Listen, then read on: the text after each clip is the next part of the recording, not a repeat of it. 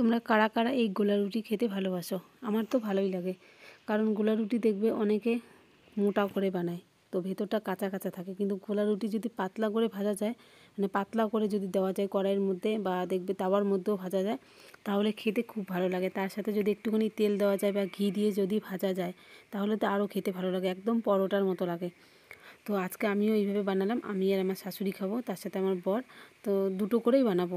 আর এদিকে ভাতও বসিয়ে দিয়েছি, যেহেতু ভাত হতে তো একটু সময় লাগবে, তাই গোলা রুটি দুটো খাই চা দিয়ে, তাহলে আর কি অতটা খিদে পাবে না। আর এদিকে সোনা মা যেহেতু ঘুমাচ্ছে, তাই ভাতও বসিয়ে দিয়েছি। যত তাড়াতাড়ি পারা যায় রান্নাবান্নাও কমপ্লিট করে রাখবো, কারণ যদি একবার রান্না দেরি হয়ে যায়, তারপর সব কাজ দেরি হয়ে যাবে ও উঠলে। তারপর কোন কাজটা আগে করব না করব মানে কিছুই বুঝতে পারি না।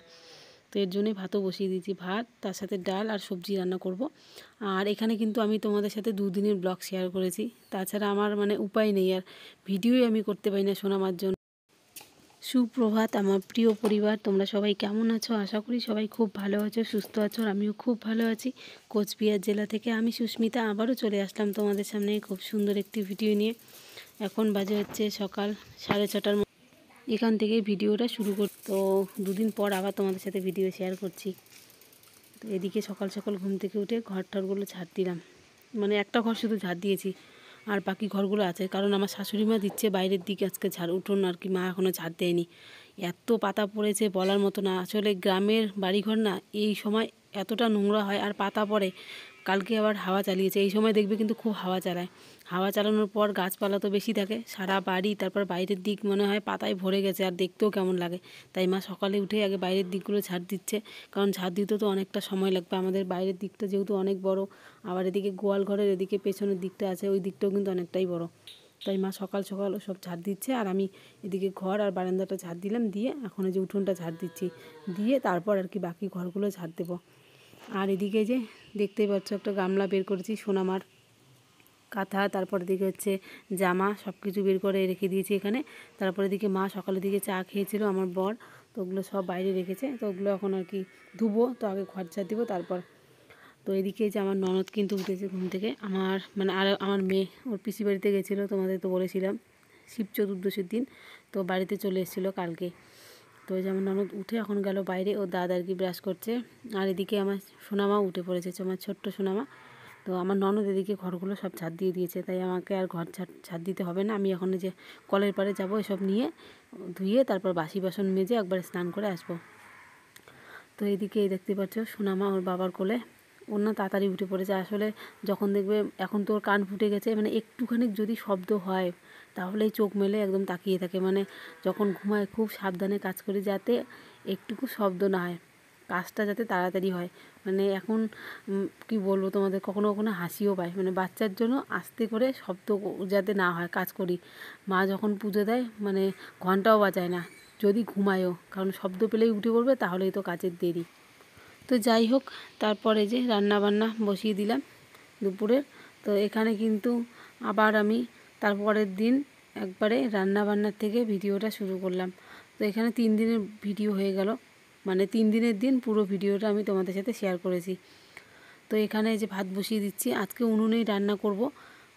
হাঁড়িটার মধ্যে না মাটির লেপ দিয়ে নিয়েছি, তাহলে কী হবে, হাঁড়িটা মাজতে সুবিধা হবে। উনুনে রান্না করলে না গ্যাসটাও একটুখানি অনেক দিন বাঁচবে, আর এদিকে মানে গ্যাস খরচটাও কম লাগবে, তার জন্যই উনুনে রান্না। আর আমাদের তো লাকড়ি আছে, তার মধ্যে আমাদের গ্রামের বাড়ি, লাকড়ির কোনো অভাব নেই।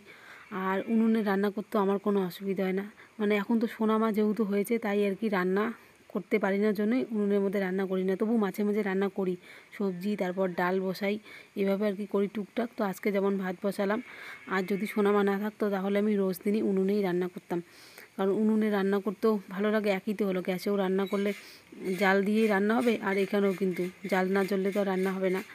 তো আমার রান্না করতে কোনো অসুবিধা হয় না, মানে শোনাবার জন্যই গ্যাসের মধ্যে তাড়াতাড়ি করে রান্না করি। তো আজকে তো আমার ননদ আছে, তো ওকে নিতে পারবে, তো এর জন্যই উনুনের মধ্যে ভাতটা বসিয়ে দিলাম, আর সবজি করব গ্যাসের মধ্যে। তো প্রেসার কুকারে ডাল বসিয়ে দিয়েছি, ছোলার ডাল। তো ছোলার ডাল রান্না করব, আর তার সাথে হচ্ছে এদিকে করব হচ্ছে নিরামিষ একটা সবজি, সজনে, তারপর বেগুন, মিষ্টি কুমড়ো আমার বর বাজার করে নিয়ে আসলো একটু আগেই। তো সব একটা মিশাল সবজি করব, আর তার সাথে করব হচ্ছে ভাজা। ভাজা তো করতেই হবে। তো এই দিয়ে আর কি খাওয়া দাওয়া হবে। আর দেখবে নিরামিষ খেতে কিন্তু ভালো লাগে, আর তার মধ্যে যদি গরম গরম থাকে তখন কিন্তু খেতে আরও বেশি ভালো লাগে। তো রান্না তাড়াতাড়ি করে করছি, সোনামা ঘুমিয়েছে এখন খুব সুন্দর। তো মানে আমাদের খাওয়া দাওয়া, আমার রান্না হয়েছে, তারপর আমাদের খাওয়া দাওয়া কমপ্লিট হয়েছে, গিয়ে একটুখানি শুয়েছিলাম, তখন সোনামা উঠে পড়েছে। তো অনেকক্ষণ কিন্তু ঘুমিয়েছে আজকেও। আর আজকে না ওকে মানে হাত পা শুধু মুছে দিয়েছি, স্নান করিনি, কারণ ওর একটুখানি সর্দি সর্দি ভাব তো আছে, কারণ যেহেতু ওকে 2 দিন আগেই স্নান করে দিয়েছি, তোমাদের সাথে তো ভিডিওটা শেয়ার করেছি। তো এর জন্য আজকে আর স্নান করালাম না, কারণ এখন গরম যেহেতু পড়ছে আর কি, কিন্তু অতটাও কিন্তু গরমও পড়েনি, তাই রোজ দিন স্নান করালে তারপর আবার সর্দিটা যদি বেশি হয় সেই ভয়ে আর স্নান করালাম না।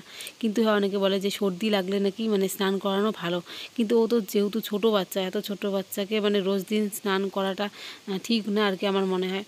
কারণ তখন দেখি কি ও সন্ধে হতে হতে না মনে হয় কি দম নিতে পারে না, এরকম একটা মনে হয়। তার জন্যই ওকে আর আজকে স্নান করালাম না, হাত পা মুছে দিলাম, দিয়ে তারপর কি তেল টেল মালিশ করে দিয়েছি, ও এখন ঘুমাচ্ছে।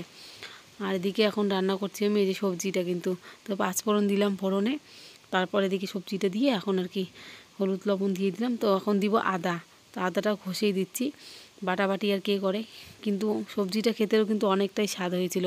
এইভাবেও কিন্তু দেওয়া যায়, কারণ আমরা তো নিজেরাই খাবো না, তাই আর অত বাটাবাটি করলাম না।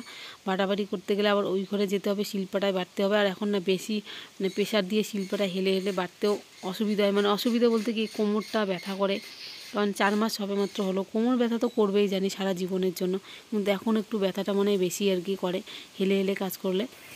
তো এদিকে কথা বলতে বলতে সবজিটাও কিন্তু আমার হয়ে গেছে, তো সবজিটা এখন নামাচ্ছি। এখন গিয়ে করব মিষ্টি কুমড়ো ভাজা, মিষ্টি কুমড়ো ভাজা করে তারপর সবাই মিলে ভাত খাবো। তো এই ফাঁকে আমি গ্যাসটাও মুছে নেব, রান্না যখন শেষের দিকে হয়ে যায় তখন কিন্তু আমি এই জিনিসটা করি, মানে গ্যাসটা তখন পরিষ্কার করে রাখি, আর যে বাসনগুলো বেরিয়েছে মাজার ওই বাসনগুলো মেজে আসি। তারপর খাওয়ার পর আর কোনো বাসন মাজার চাপ থাকে না, তারপর শুধু নিজের খাওয়ার বাসনটা মেজে নিয়ে আসি, তাহলেই হয়ে যায়।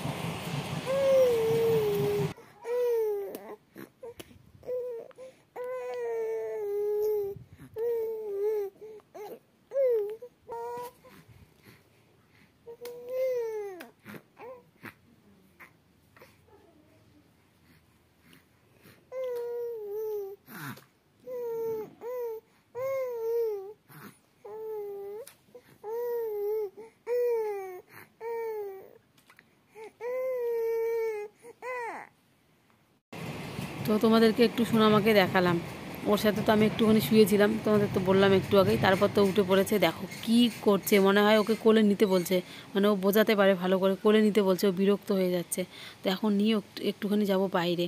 আর সোনামার কয়েকটা ড্রেস তোমাদের দেখাবো, তার আগে ওর পিসি নিয়ে এসছে, তারপর ওর গলায় বাঁধানোর জন্য নিয়ে এসে, ও যেহেতু বমি করে, তারপর হচ্ছে মুখ দিয়ে লালা পড়ে, তো ওগুলো গলায় বাঁধলে কী বা ড্রেসটাও ভিজবে না, আর বমি করলেও ড্রেস নোংরা হবে না। তো এই দেখো একটা ড্রেস নিয়ে এসে, তার সাথে প্যান্ট, আর এই যে দুটো নিয়ে এসে গলার মধ্যে বাঁধানো, একটা পিঙ্ক কালারের আর একটা হচ্ছে ইয়েলো কালার, মানে হালকা হালকা আর কি ইয়েলো কালার। আর দেখতে কিন্তু খুব ভালো লাগছে, আসলে সত্যি ছোটো বাচ্চাদের জিনিসগুলো না দেখতে খুব ভালো লাগে, মনে হয় অনেক ধরনের একদম ড্রেস কিনে রাখি, রোজ রোজ নতুন নতুন ড্রেস পরাই, দেখতেও কিন্তু খুব ভালো লাগে আর পরাতেও খুব ভালো লাগে। আর এদিকে এই ড্রেসটা হচ্ছে আমার মেয়ের, আমার আর এক মেয়ের আর কি, ও নিয়েছে জিন্স, তার সাথে নিয়েছে টপ। তো এই হলো ওদের ড্রেস। আর এটা হচ্ছে পয়লা বৈশাখের বলতে পারো, তো একবারে দিয়ে দিয়েছে, কারণ আমার ননদ তো নাকি বাজারে গিয়েছিল, তারপর আর কি ও বাহানা করেছিল ওকে জিন্স টপ লাগবে, তারপর ওকেও দিয়ে দিয়েছে। আর ওদের আর কি দরকার ছিল একটা আলাদা, আর একজনের জন্য ড্রেস কেনার ছিল আর কি, তো এর জন্য দুজনকেই দিয়ে দিয়েছে, মানে আমার 2 মেয়ের জন্যও কিনেছে, আর হচ্ছে যাকে দেবে তার জন্য কিনেছিল। তো এদিকে তারপর এই যে বাইরে কিন্তু চলে এসেছি, আর সোনামা দেখো দোলনায় দুলছে আর কি আমার মেয়ের সাথে।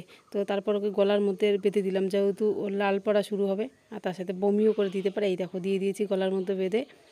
তো এখন আর যে দুলবে। তো চলো ভিডিওটা এখানেই রাখলাম, কেমন লাগলো অবশ্যই জানিও কমেন্টে, পারলে লাইক করে দিও।